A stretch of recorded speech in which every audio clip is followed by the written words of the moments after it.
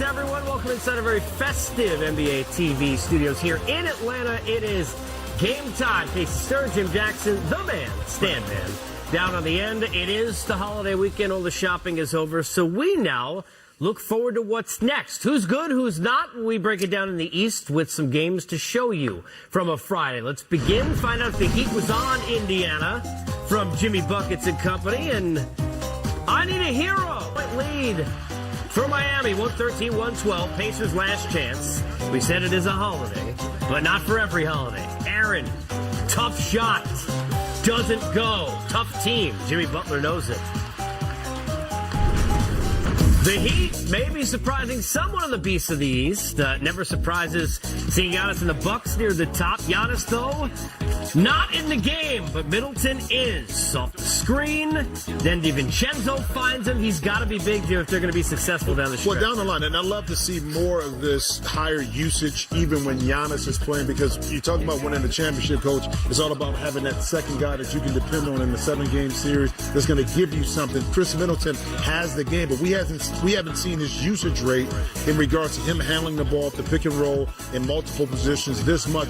Hopefully they can keep that going for him. Had 23, 8, and 7, Coach. Lead was 17. Trae Young here rolls the right ankle. Go to the locker room, not return. Won't travel with the team on the road. Got to be careful with that. I mean, there's really no rush. Absolutely. Look, this team's been struggling anyway. 9 straight losses. Without Trae Young, I don't know how they score. Well, I'll tell you what. Kyle Korver can do that, but help from Ilyasova. Pat Connaughton, he's a baseball player after all, Stan. 18 and 17 for Ilyasova. Here's Trae on his ankle. Floated pretty bad. Hurts pretty bad right now, but I mean that's expected. Got back here, did some treatment on it. Iced it already, so yeah, that's pretty much it. Will you go? Should I go? No, I'm not gonna go to with the team tonight. I'm going to stay here, get some treatment in the morning, and try to fight my way to get back as quick as possible. Do you believe in magic? Joel Embiid and company might want to start if they hadn't before. Markelle Fultz, he can believe that this has been a good story, a success story, a comeback trail, and he's had some good games, Stan, and nice to see him with the confidence to the way he's played.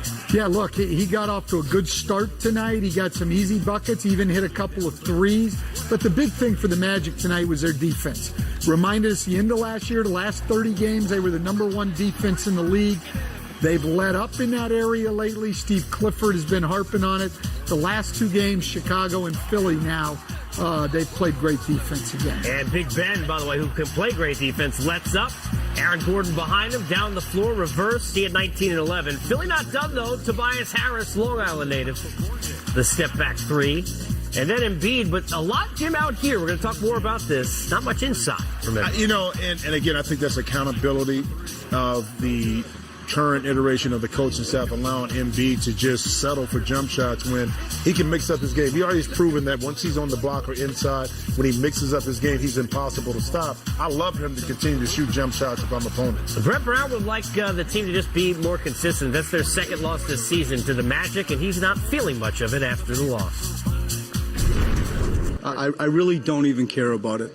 You know, I don't believe that we should have been in that position. And I think it's hollow praise to go there. I'm not going there. It's a physicality issue that we lost, and it's in fact it'll probably be end up serving us well. Like it was a playoff type of movement as far as the physical side of it, and I thought that we responded with a D-. You know, that's something that we have to figure out. It's part of our journey, and they're good people, they're high-character people, and we will together dig in and figure it out. In the figuring out of what can Brown do for you, one, not so much, one, I promise, different. That's a spoiler alert, kids. Tatum in the paint. where everybody apparently cooties inside the paint, because here you have it. Kevin Love backed up. He's like, not after the whole thing with Morant, taking no chances. Tatum at 30 in the game. The lead was 20-plus, and Coach Jaylen Brown been on one last couple of days. We know he could turn it on offensively. Yeah, and what he's doing, he's averaging over 20 points, shooting over 50%. He's been incredibly efficient, scoring it inside and out, and a great at the other end of the floor as well. This guy's playing complete basketball, making a big case to be an all-star. First game as a Cam Exum with the 3. He had 9 in the game. You want a maker? How about I want a Brown to make one? A 3. And then the miss. First you don't succeed. Try again. 34, a career high for Jaylen Brown in the seats. Just trying to be aggressive. That's it, really. JT's a great player. I'm playing off him. He's playing off me. We're just trying to be the best versions of ourselves, really, and see how far we can take this thing. We actually like not being a center of attention this year, like last year. This year we just get the focus on us. And just take it one game at a time. There weren't a lot of expectations coming this season, and we weren't concerned about it. We were just focused on us as a team and getting better each and every day. And obviously we feel like we can compete with anybody. We're not perfect, and we're not where we want to be. We obviously want to continue to get better. It's a long season, but we like where we're at, and we got to just keep it going. We keep the East conversation going. First, giving some love to Jaylen Brown. Youngest he's showing out back-to-back 30-point games. The truth? Good company for Brown, who has had really good back-to-back games, but we know when those two kids are going how good the Celtics are.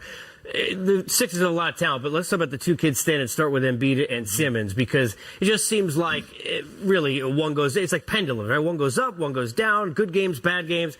Second time against the Magic this season that they've lost, and not much magic from Embiid, none in the paint tonight. Right. No, he had one shot in the restricted area, and he said he had that great game Christmas Day against Milwaukee, and he said that we, meaning us in the public, the fans, have forgotten who he is. No, we know who he is, and we know what he can be on his best night, but the true MVP candidates in this league do it night in and night out. It's not a one-game thing.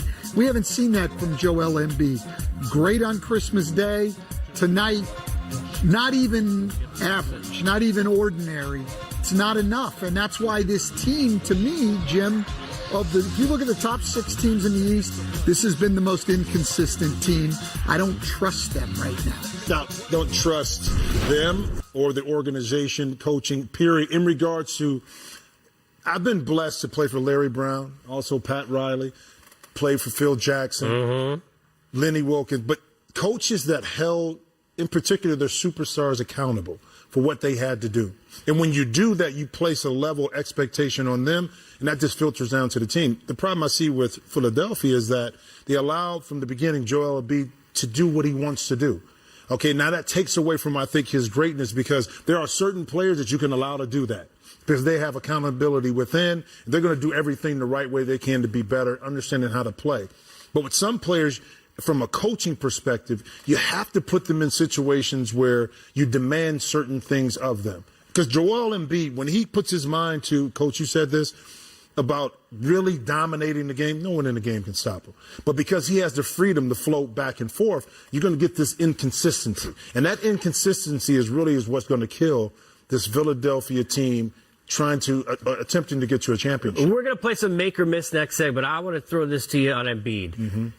Make or miss, coaching or not coaching, he wants to be a dog and has the dog in him that he says he does and shows at times. Doesn't he have to at times get in there and be like, get me the ball, I'm getting on the block, and you're going to pass it to me every freaking time and I'm going to score? I mean, don't you want to see some of that? Or am I wrong with that? I mean, yes, but look, and I've said this before, I think one of Joel Embiid's big problems, and the reason he can't do that kind of stuff night in and night out, is that's very difficult, and I don't think his conditioning is up to par to be able to do that night in and night out. Yeah, I mean, not that Shaq, if he's watching, couldn't hit threes if he had worked on them. But I have a feeling he might say, hey, you want to maybe get me it down here? I'm kind of bigger than everyone else. Who is the biggest in the East? We'll ask that. And out West, has one game changed your mind?